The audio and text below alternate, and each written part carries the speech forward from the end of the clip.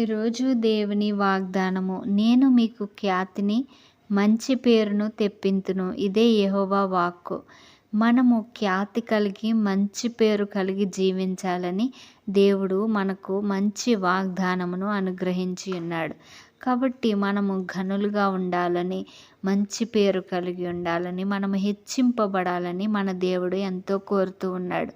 అయితే చూడండి, మనము ఘనులుగా ఉండాలంటే, హెచ్చింపబడాలంటే మనము ఏం చేయాలి అని ఈ వాక్యములో నుండి మనం చూద్దాం. దేవుడు ఆయన నామమును మనకి ఇచ్చి ఉన్నాడు. ఆయన నామమునందు మనలను ఆయన పిల్లలుగా చేసుకుని ఉన్నాడు. ఆయన స్వరక్తమిచ్చి మనలను కొని దేవునికి కుమారులుగా చేసుకున్నాడు. కాబట్టి ఆయన మనల్ని హెచ్చించి ఉన్నాడు. మరి మనము దేవుని పోలికలో, ఆయన స్వరూపములో ఉన్నాము.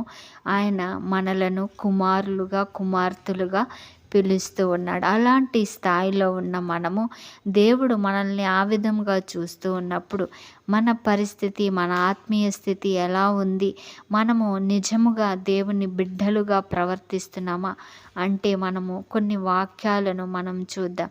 చూడండి, దేవుని వాక్యము సత్యము. సత్యముగా జీవించే వారికి మంచి పేరును, ఖ్యాతిని కలుగుతుంది. అబద్ధికులకు, మోసగాళ్లకు చెడ్డ పేరును, అవమానమును కలుగుతుంది. కాబట్టి దేవుని వాక్యము సత్యము. సత్యమందు అనుసరించి నడిచిన వారు, దేవుని వాక్య ప్రకారం జీవించిన వారికి మంచి పేరు కలుగుతుంది. చూడండి, దేవుని వాక్యములో ఒక వాక్యము రాయబడి ఉంది. వెండి బంగారముల కంటే మంచి పేరు కోరదగినదంట. నీవు వెండి బంగారములు అన్యాయముగా సంపాదించుకున్నా మరి నీకు మంచి పేరు రాదు. మంచి పేరు మన క్రియలను బట్టి, మన ప్రవర్తనను బట్టి, దేవుని వాక్యానుసారముగా జీవించటాన్ని బట్టి మనకు మంచి పేరు, ఖ్యాతి కలుగుతుంది. అయితే చూడండి, దేవుడు మనతో స్పష్టంగా మాట్లాడుతున్నాడు.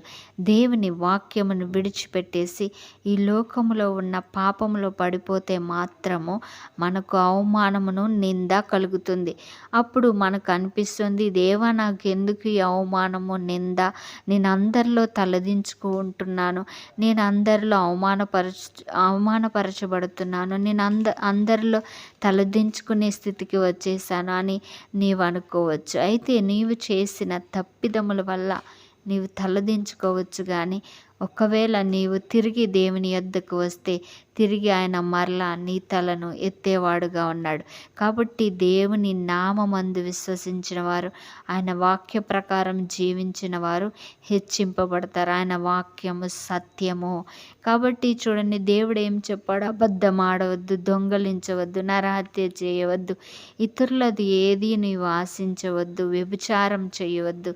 ఈ అన్ని పాపముల వల్ల నీకు అవమానం వస్తుంది, చెడ్డ పేరు వస్తుంది. కాబట్టి ఈ పాపాలు చేయొద్దని దేవుడు చెప్తూ ఉన్నాడు.